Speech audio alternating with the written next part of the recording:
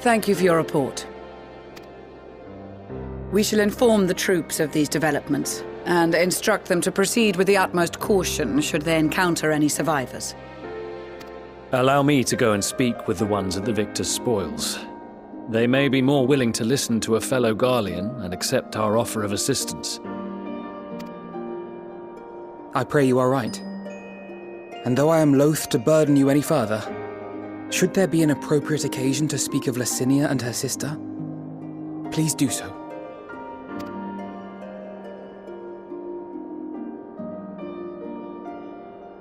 I am sorry to have put you through this.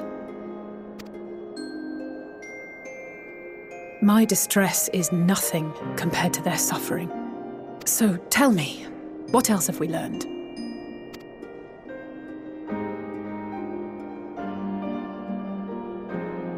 As you may have already heard, we have succeeded in curing the members of the Popularis, Maxima identified.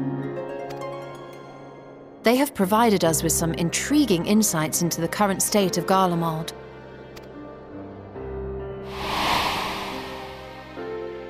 The assassination of Emperor Varus was the catalyst for the civil war. Nerva declared his claim to the throne, and his opponents refused to recognize it.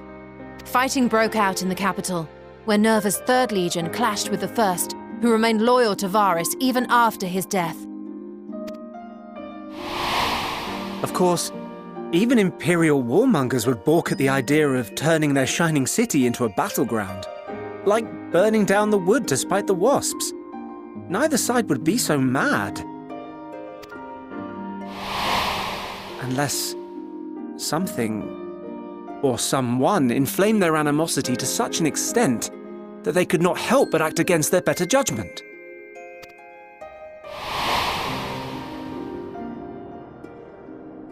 It brings to mind events at the Gimlet Dark, does it not? The Emperor's sudden withdrawal from the front lines, specifically. Nerva and his father, Titus, Varus's then political rival, took advantage of rumors that Crown Prince Zenos had been possessed by a demon. Elidibus, what better way to disparage your enemies than with the truth, or a close enough approximation? Indeed. But before their accusations could be substantiated, many of Titus's followers were silenced. While some were merely stripped of their status, others died under curious circumstances.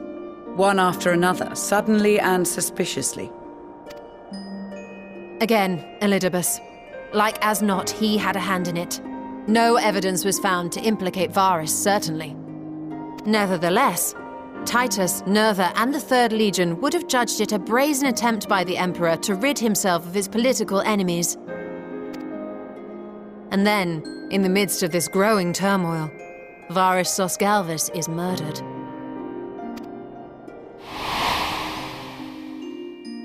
And Garlemald's own prodigal son, Gaius van Belsar, is named the murderer.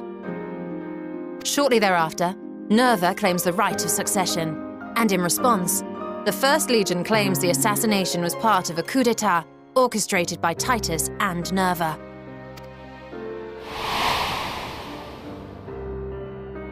So no one is at fault, and everyone else is to blame. I should add that both parties received substantial financial backing, presumably to provide them with the means and encouragement to pursue a swift victory, and that these contributions came from the self-same benefactor. I'd heard House Brutus had been filling the Third Legion's coffers, but the First as well. It would seem so. Though the Populares determined that the First Legion received funds from a variety of organizations, all had connections to House Brutus.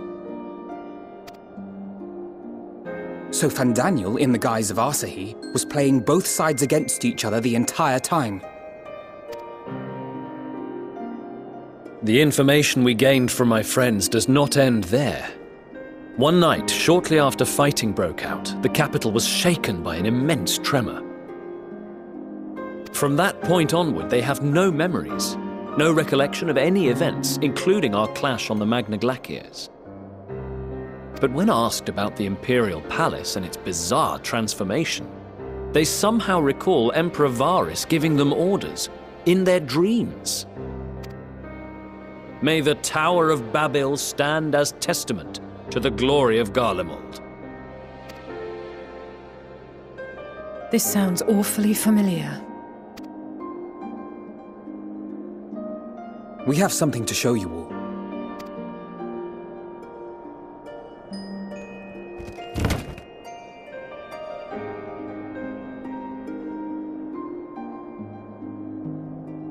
Varys spoke to them through this radio.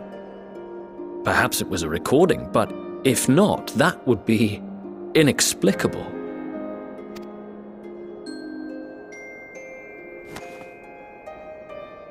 We are of one mind, then.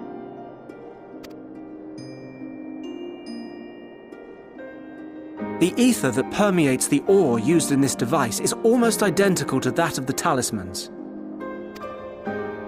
I see it. While it is likely more by coincidence than design, these devices might also ward against a primal's influence. A picture is beginning to form.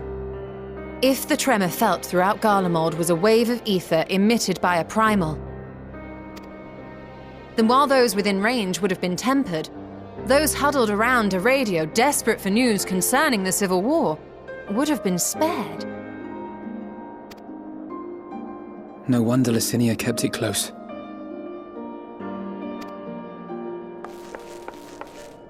My friends! I must speak with you! A young man was caught trying to steal our supplies. He is a soldier of the Iron Men, we think, but one who has not been made thrall. Thankfully, Magni restrained him before blood was spilled. The stranger is outside, if you wish to ask him questions. I think we do.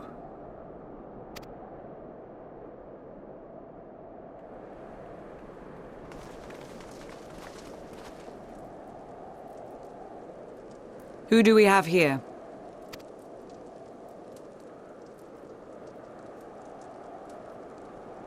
Garleans?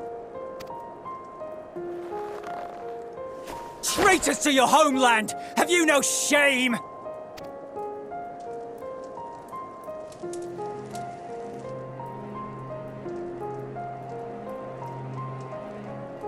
I am Lucia Junius, a temple knight of Ishgard. And you are? Iulus Pier Norbanus. And that's all you invaders will get from me. We are not here to invade Garlemald. Far from it. Like you, our allies in Eorzea and the Far East fight in defense of their lives and their loved ones even as we speak. But it is the people of Garlemald who have suffered most. This we know. And that is why we have come to offer you our aid, that we may unite against our common foe.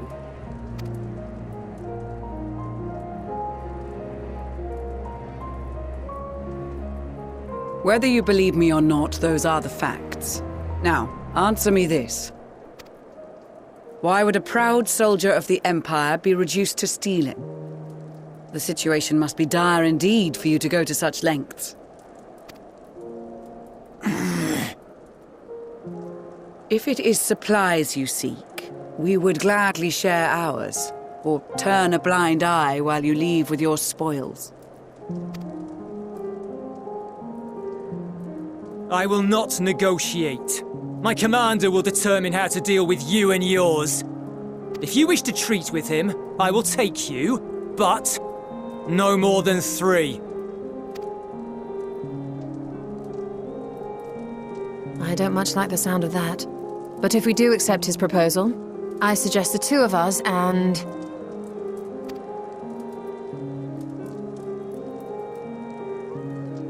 Please allow me and Alize to act as envoys. May I ask why?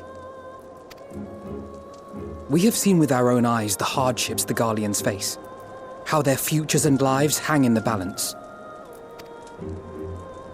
It's not the warmest invitation, but it's an opportunity to prove our intentions true. Maybe not a chance to make things right, but a chance to make them better.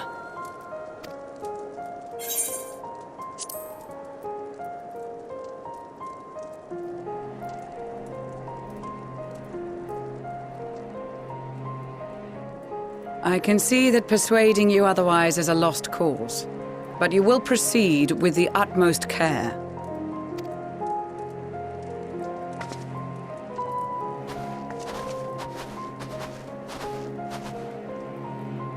A couple of children and what?